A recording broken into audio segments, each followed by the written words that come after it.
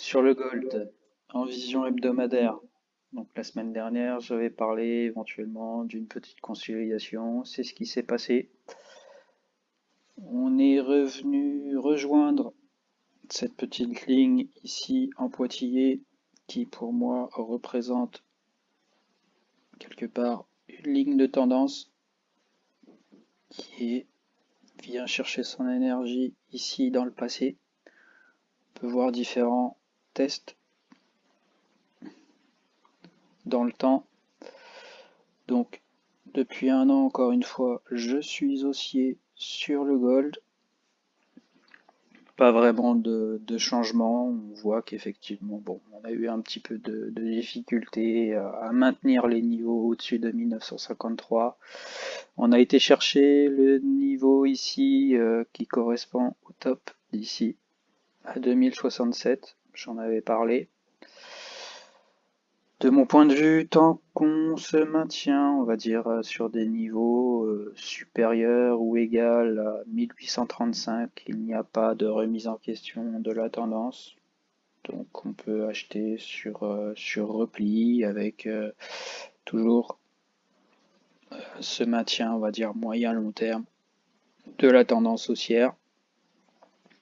Et bien sûr, le franchissement des 1953 pour éventuellement tester à nouveau les plus hauts, voire tester cette ligne ici en pointillé blanc qui représente pour moi les tops, le test à franchir qui correspond ici, comme vous le voyez, à un top ici, à un top ici.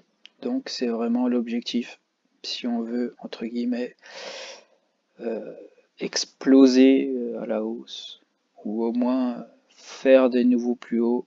Ce sera ce niveau-là au niveau de la tendance à casser à la hausse. Et pour remettre en question un peu ce mouvement, il faudrait que éventuellement les baissiers arrivent à ces niveaux-là et voire casser.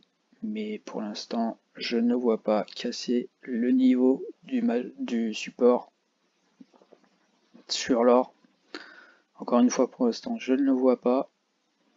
Au pire, ce serait un test dès 1835.